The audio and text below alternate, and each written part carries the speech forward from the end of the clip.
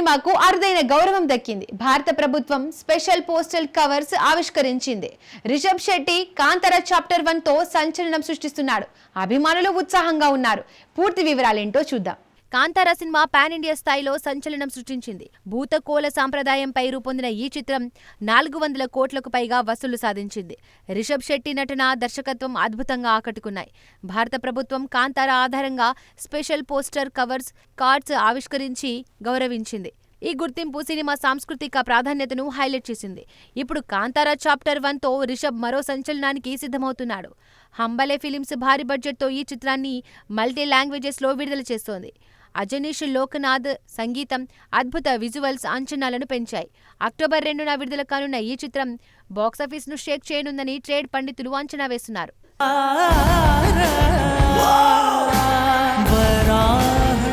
Bollywood star Akshay Kumar సంవత్సరంలో 125 రోజులు సెలవు తీసుకుంటారట. ఓ టీవీ షోలో ఆయనే ఈ విషయాన్ని వెల్లడించారు. సమయ నిర్వహణతో సంతోష జీవితం గడుపుతానని చెప్పారు. ఆయన సెలవుల రహస్యం ఏమిటి? పూర్తి వివరాలు చూద్దాం. అక్షయ్ కుమార్ సినిమాలతో ఎప్పుడు బిజీగా ఉంటారు. అయినా ఏడాదిలో 125 రోజులు సెలవు తీసుకుంటానని ఓ టీవీ షోలో పంచుకున్నారు. 52 వారాలు, 40 రోజుల సమ్మర్ హాలిడేస్, క్రిస్మస్కు 12 రోజులు, దీపావళికి 3 రోజులు, ప్రతి 3 నెలలకు వారం విశ్రాంతి తీసుకుంటారట. సమయ నిర్వహణ జీవితంలో అత్యంత ముఖ్యమని, ఒత్తిడి లేకుండా ఆనందంగా జీవించాలని ఆయన విశ్వాసం. ఈ భూమి స్వర్గంతో సమానమని, సమయాన్ని సద్వినియోగం చేసుకోవాలని సూచించారు. ఈ వ్యాఖ్యలు అభిమానులను ఆకర్షించాయి. అక్షయ్ జీవన శైలి సమతుల్య జీవితానికి ఆదర్శంగా నిలుస్తోంది. ఆయన సినిమాలతో పాటు వ్యక్తిగత జీవితానికి కూడా ప్రాధాన్యం ఇస్తారని తెలిపారు. ఈ విషయం సోషల్ మీడియాలో చర్చనీయాంశంగా మారింది.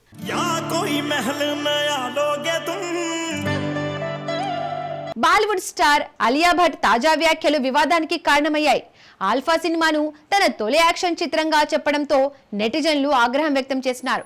ఆమె గత చిత్రాలను మర్చిపోయిందని విమర్శిస్తున్నారు. అభిమానులు సమర్థిస్తున్నారు. పూర్తి వివరాలేంటో చూద్దాం. మిలన్లో జరిగిన గూచి ఫ్యాషన్ షోలో ఆలియా భట్ తన కొత్త సినిమా ఆల్బా గురించి మాట్లాడారు. ఇది తన తొలి యాక్షన్ చిత్రమని చెప్పడం సోషల్ మీడియాలో వివాదాన్ని రేకెత్తించింది. ఆమె గతంలో రాజీ, జిగ్రా, హార్ట్ ఆఫ్ స్టోన్ చిత్రాల్లో యాక్షన్ సన్నివేశాల్లో నటించారు. ఈ చిత్రాలను పట్టించుకోకుండా ఆల్ఫాను ప్రమోట్ చేయడం నెటిజన్లకు ఆగ్రహం తెప్పించింది. ఆమె గత పాత్రలను తక్కువ చేస్తోందని విమర్శలు వస్తున్నాయి. అయితే అభిమానులు ఆల్ఫా పూర్తి యాక్షన్ సినిమా అని, గత చిత్రాలు డ్రామా ఆధారితమని సమర్థిస్తున్నారు. యష్ రాజ్ ఫిల్మ్స్ స్పై యూనివర్స్లో భాగమైన ఆల్ఫా శివరావైల్ దర్శకత్వంలో డిసెంబర్లో రిలీజ్ కానుంది. ఈ వివాదం సోషల్ మీడియాలో ఆలియాపై ప్రతికూల సెంటిమెంట్ను పెంచింది. నెటిజన్లు ఆమె వ్యాఖ్యలను ట్రోల్ చేస్తున్నారు.